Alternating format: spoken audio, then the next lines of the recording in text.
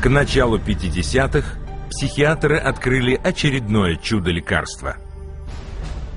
Их новое изобретение, химикат, предназначенный для истребления паразитов у свиней, разрушал функции мозга почти так же, как и введение в глазницу шила для колки льда.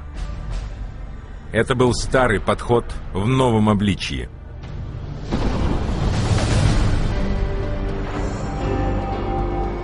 With the advent of these new tranquilizing drugs, it seems not too much to say that we're on the verge of an entirely new era in the treatment of mental illness. Называвший это химической лоботомией канадский психиатр Гейнс Лемон описывал таразин как легкий для приема препарат, вызывающий тот же эффект, что и психохирургия, при этом ничего не пачкая. Thorazine provided psychiatry with the entry into mainstream medicine. It had its magic bullet. If I'm a psychiatrist and I have to spend an hour talking to someone in psychotherapy, there's only so much I can charge for that hour. But if I can come in, give you a pill, and send you back out in 15 minutes or 10 minutes, that's a much more efficient use of my time monetarily.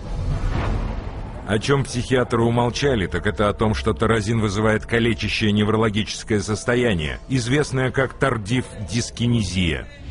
And that's a neurological syndrome where you have muscle twitches, abnormal jerks, which are uncontrolled, and they either last for a long time or sometimes they're permanent.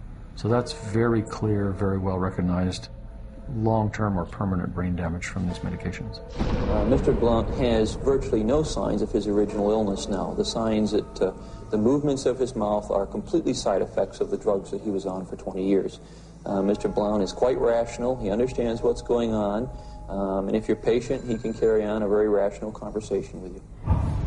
Even when you remove the drug, it may still remain. It means you have caused a permanent disabling of the brain.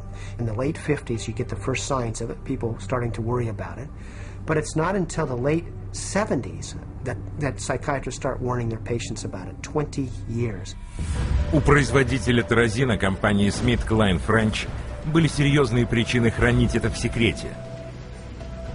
Только в течение года компания получила более 500% прибыли. Общество и пресса оставались в неведении относительно тяжелых побочных эффектов, а видные доктора и психиатры собрались в Пуэрто-Рико, чтобы заложить основы для широкого применения подобных препаратов в будущем.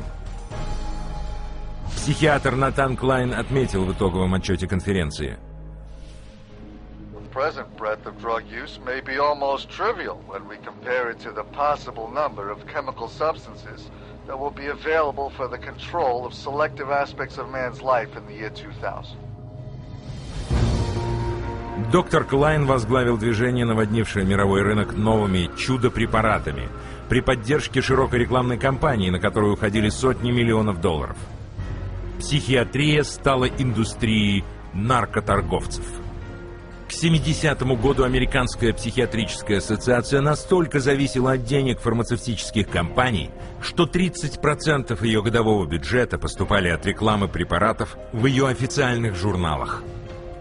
So we had money flowing to trade organizations, we had money flowing to the doctors, and to their journals. Well, we all know that that is going to influence how they think. The majority of National Institute of Mental Health and National Institute of Health scientists are getting more money from drug companies on the side than their tax-based salary. При таком потенциальном заработке психиатрам была нужна лишь научная, все оправдывающая теория.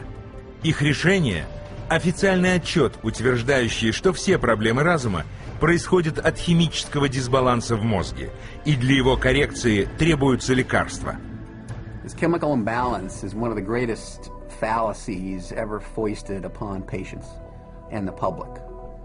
There is no chemical test to show an imbalance related to any psychiatric disease, whether it's depression, anxiety, what have you. The chemical imbalance is for the benefit of the psychiatrist.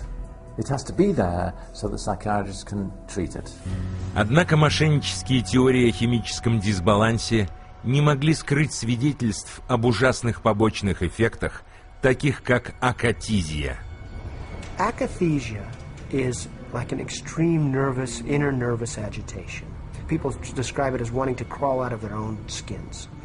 And this happens with great frequency, and it is absolutely, totally well understood to be associated with suicide and violence and homicide. За годы накопились горы сообщений о побочных эффектах и частых случаях насилия, членовредительства и смертей. В 1991 году законодатели, медики и общественность наконец-то вынудили администрацию по лекарствам провести расследование. I know with absolute certainty that if Charles had any idea of the side effects of Prozac, he would never have taken it. I had two sons, David Lee, age 8, Billy 16, wife 20 years, all gone. I'll tell you why. After being on Prozac for 21 days, my wife shot and killed both of these two boys right here. She turned the gun to herself and shot herself twice. I took the 9mm automatic, sat down on the bed and put the gun to my head.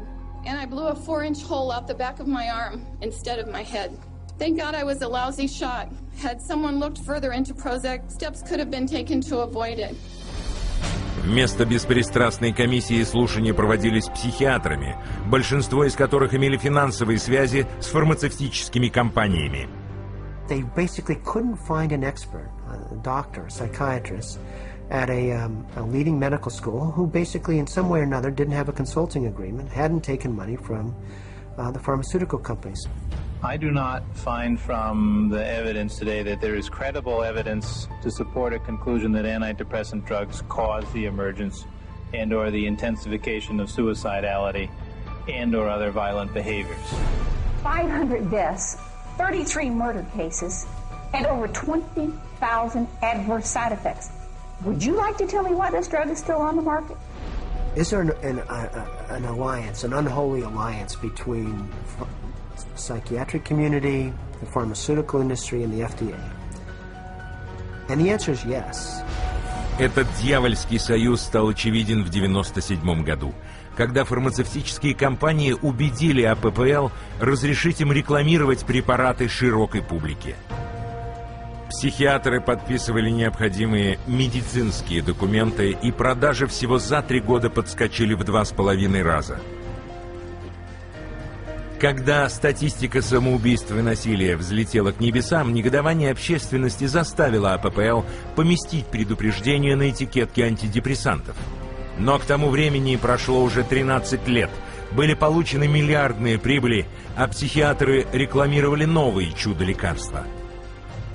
К настоящему времени уже более 100 миллионов человек на Земле принимали эти препараты. При содействии лженауки и с одобрения продажных контролирующих органов сумма от продаж достигла 80 миллиардов долларов в год. И пока психиатры готовились продиагностировать и посадить на препараты каждого человека на планете, на другом фронте они продолжали наступление на наши самые основные свободы.